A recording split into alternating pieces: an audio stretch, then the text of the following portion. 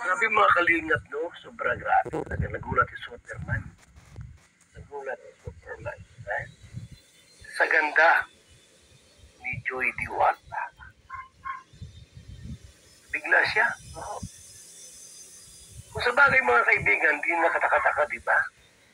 Yung pangit nga, pag binihisan, gumaganda eh. Oo. Yung pangit talaga. Pag binihisan kaya, gumaganda. Si Joy pa kaya? Sa dating maganda. Abay, si Superman po ay nagulat. Oo.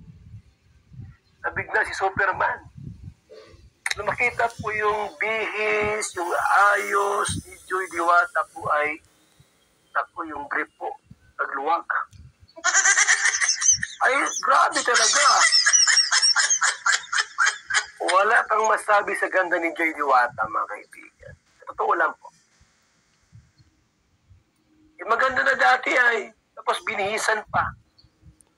Minikaapan pa. Lahat. Yung pangit na, pag binihisan, gumaganda eh.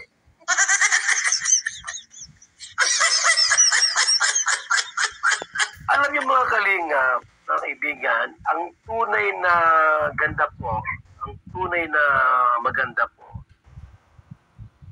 wala po yan sa bagong ligo. Na naka-make-upan ka na, nakabihis ka na, wala kang po doon.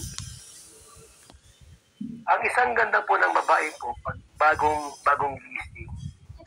Nagigising lang. Di pa nagmumog, ha? Kapag yun daw po ay talagang maganda, asahan nyo na po. Asahan nyo na po. Pati pagligo, pagbihis, wala pang make-up, maganda na po yan. Abay, minik-upan si Joy Diwata po, mga kaibigan. Minik-upan. Pinaganda.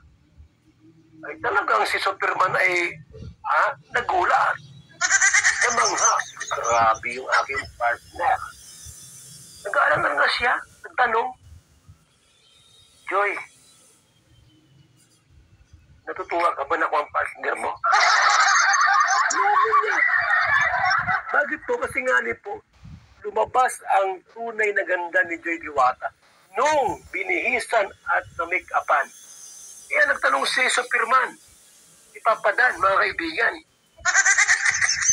Parang ganito, Joy, karapat dapat ako ang partner mo? Parang ganun yung tanong niya eh.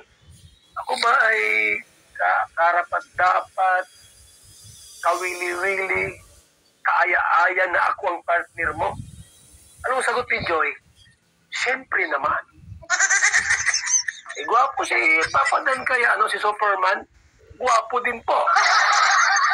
Buti walang pinagbanahan. Ha? May pinagbanahan yan. Naku, kawawa yung bata niya. Ay, lumabas yung tunay na ganda ni Joy Diwata. Makalingat. Ay, bago mo ng lahat, wait lang po ha.